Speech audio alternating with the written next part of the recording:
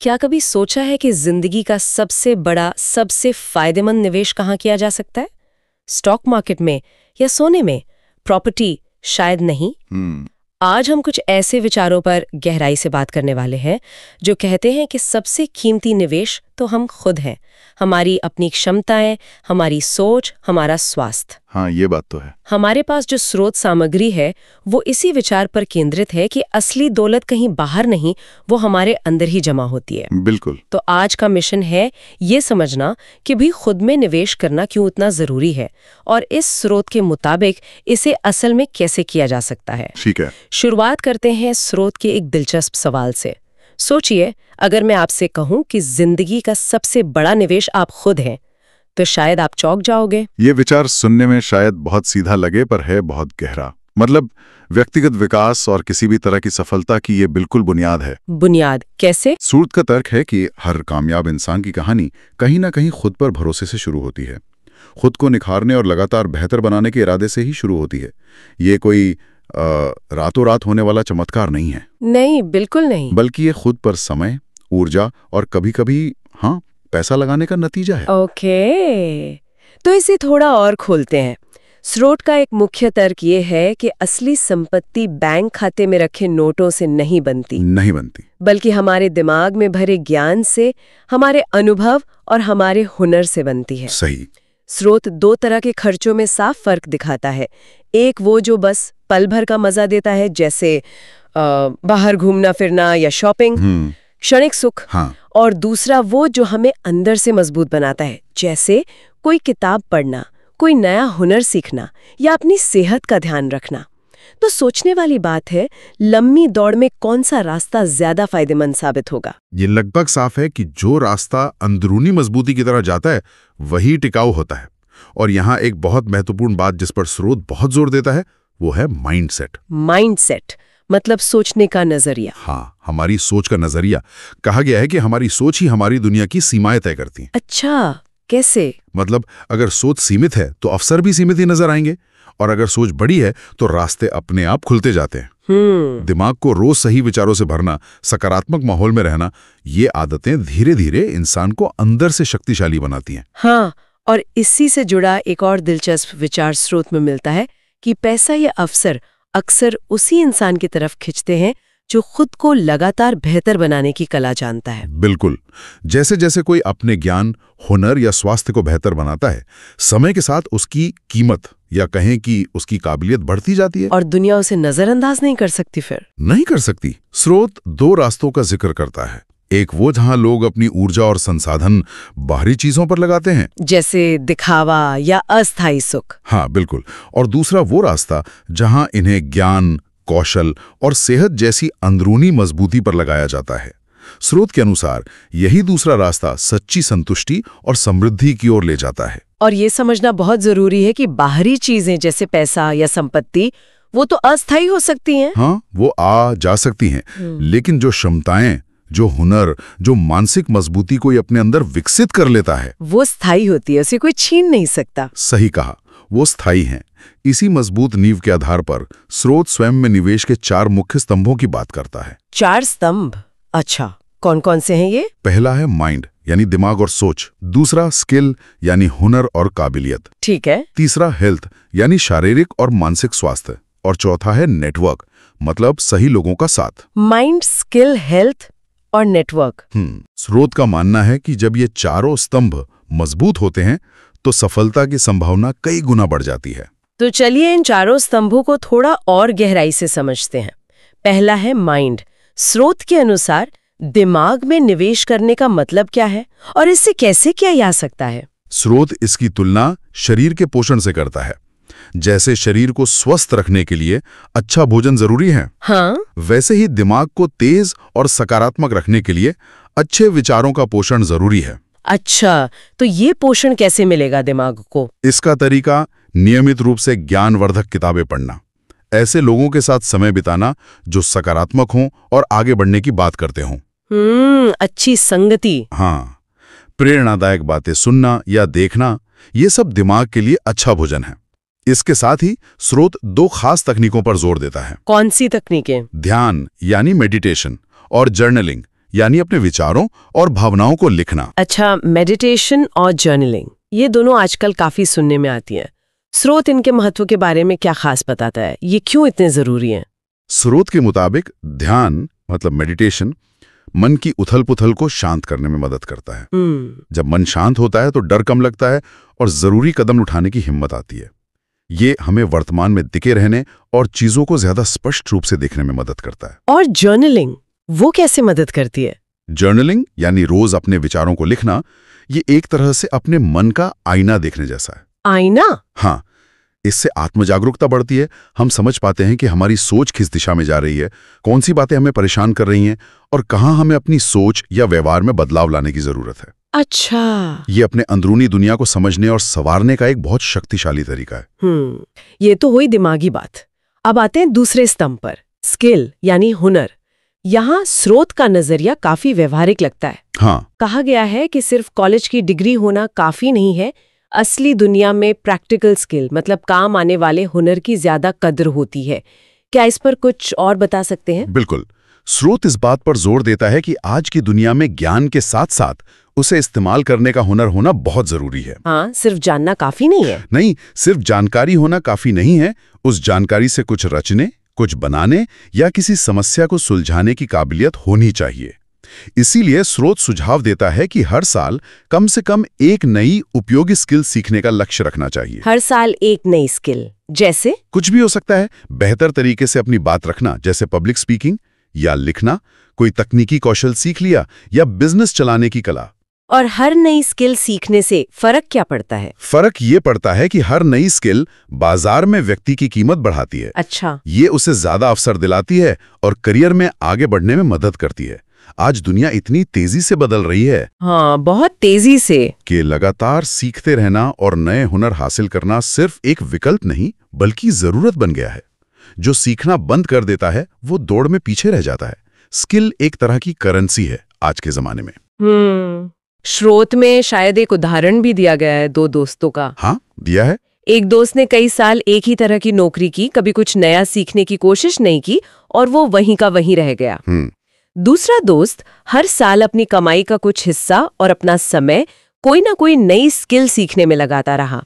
कभी कम्युनिकेशन, कभी फाइनेंस, कभी लीडरशिप। हाँ, वो इन्वेस्ट करता रहा खुद पर। और धीरे धीरे उसकी काबिलियत इतनी बढ़ गई कि वो अपनी नौकरी छोड़कर अपना खुद का काम शुरू कर पाया और सफल हुआ। फर्क सिर्फ खुद पर निवेश करने के चुनाव का था। ये उदाहरण स्किल के व्यवहारिक महत्व को बिल्कुल साफ कर देता है। चलिए अब तीसरे और शायद सबसे बुनियादी स्तंभ पर आते हैं, हेल्थ, सेहत। हाँ, इस पर स्रोत की भाषा बहुत सीधी और असरदार है। एक जगह कहा गया है, अगर शरीर ही साथ नहीं दे रहा तो दुनिया का कोई भी सपना पूरा नहीं हो सकता। बिल्कुल सही। सेहत की तुलना गाड़ी के इंजन से की गई है। अगर इंजन ही ठीक नहीं तो शानदार गाड़ी भी बेकार है। एकदम। इसीलिए रोजाना व्यायाम, सही खान पान और पूरी नींद लेना, इसे स्रोत सबसे बड़ा और सबसे जरूरी निवेश मानता है। एक वाक्य जो दिमाग में बैठ जाता है वो है, अमीर बनने का सपना देखने से पहले सेहतमंद बनने का सपना देखो। और अगर हम इसे बड़ी तस्वीर में देखें तो अच्छी सेहत ही हमें अपने लक्ष्यों को पाने के लिए जरूरी ऊर्जा और क्षमता देती है। हाँ, एनर्जी तो चाहिए ही। हम कितने भी ज्ञानी हों, कितने भी कुशल हों, अगर हमारा शरीर साथ नहीं देगा तो हम काम कैसे करेंगे? खराब सेहत हमारी बाकी सभी निवेशों को, चाहे वो ज्ञान हो, स्किल हो या रिश्ता, बेकार कर सकती है। ये तो बहुत जरूरी बात है। ये वो नींव है जिस पर सफलता की पूरी इमारत टिकी होती है।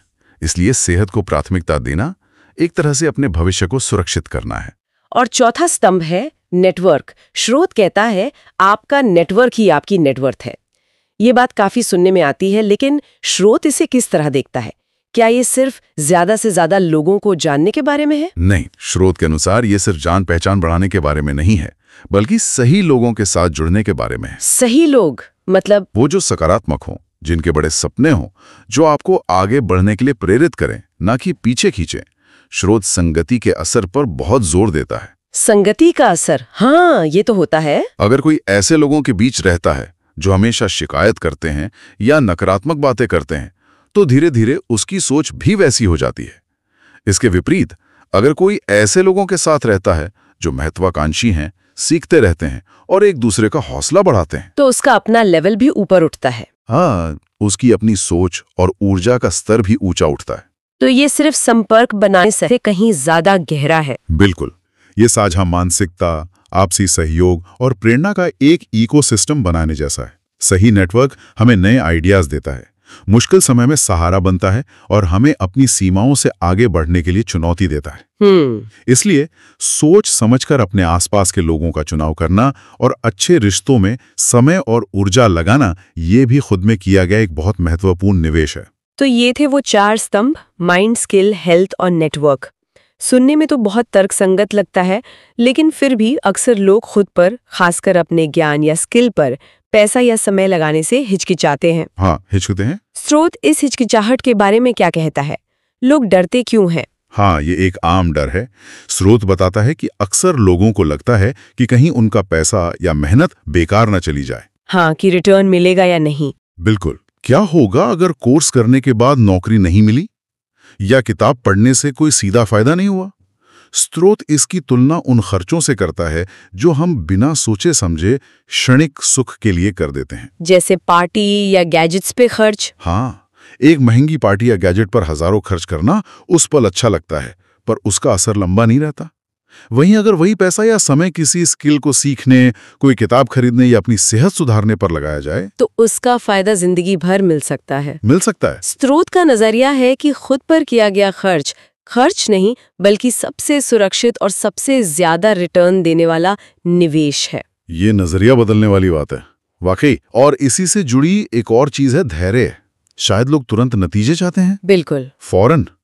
और स्रोत यहाँ किसान और बीज का उदाहरण देता है। किसान आज बीज बोता है तो कल फसल की उम्मीद नहीं करता, उसे इंतजार करना पड़ता है। हाँ, वो धैर्य रखता है, खेत की देखभाल करता है और सही समय पर उसे फल मिलता है। वैसे ही खुद में किए गए निवेश के नतीजे दिखने में समय लग सकता है।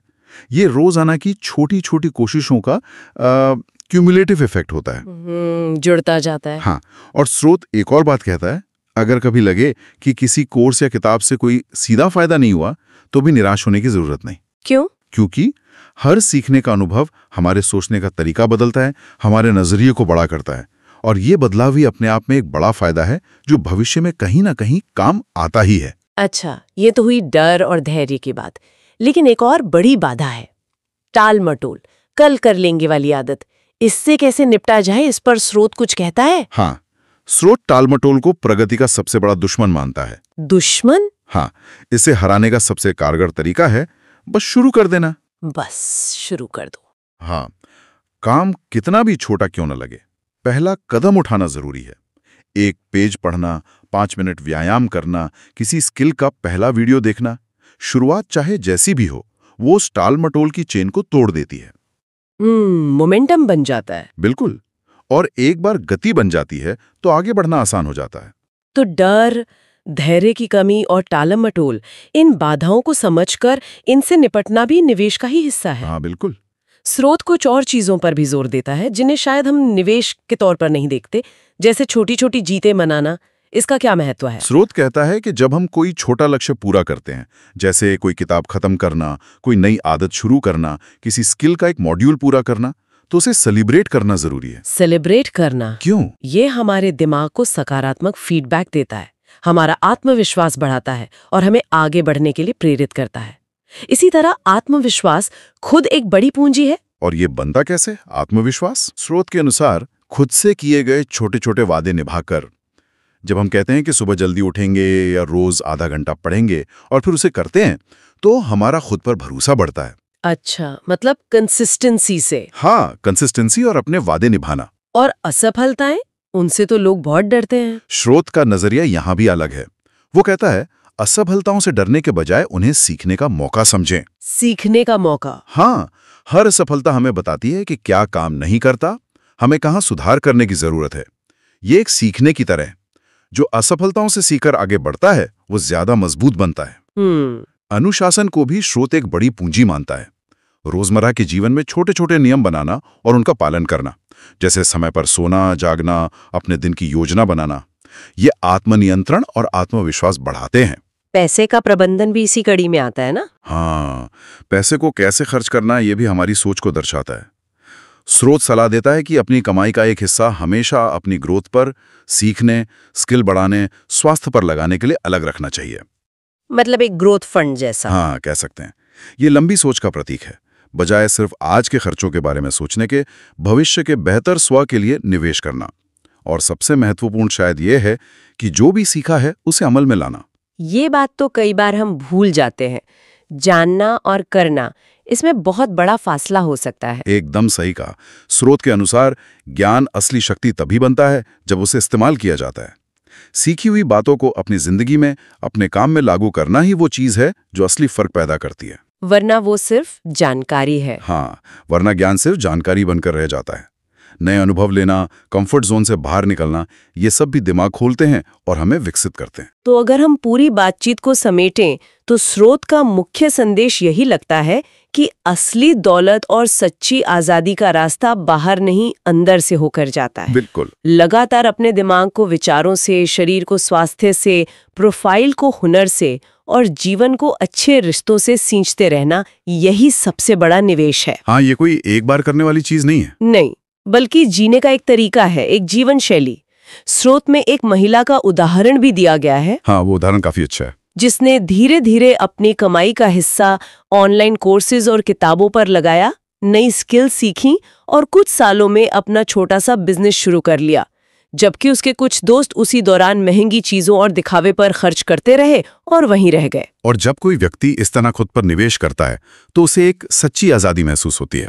वो किसी नौकरी, किसी बॉस या किसी परिस्थिति पर पूरी तरह निर्भर नहीं रहता। हाँ, वो आत्मनिर्भर बनता है। उसके अंदर वो क्षमता होती है कि वो अपनी राह खुद बना सके, बदलती दुनिया के साथ खुद को ढाल सके। स्रोत की एक बात बहुत शक्तिशाली है जो इस पूरी सोच का सार है। असली आत्मनिवेश का मतलब है खुद को अंदर से इतना मजबूत बनाना कि बाहरी हालात चाहे जैसे भी हों, आप आसानी से टूटो नहीं। वाह, ये वाकई एक गहरा विचार है। अंदरूनी मजबूती जो बाहरी थपेड़ों को झेल सके। हाँ, ये सच्ची स्वतंत्रता और लचीलेपन मतलब रेजिलियंस से जुड़ा है। जब नींव मजबूत होती है तो इमारत किसी भी तूफान का सामना कर सकती है। तो इस पूरी चर्चा के बाद शायद सोचने वाली बात यह है कि इसमें से कौन सा एक विचार या कौन सा एक स्तंभ है जिस पर अभी ध्यान देने की सबसे ज्यादा जरूरत महसूस हो रही है, या आज ऐसा क्या छोटा सा कदम उठाया जा सकता है जिससे स्वयं को थोड़ा और बेहतर बनाने की दिशा में बढ़ा जा सके।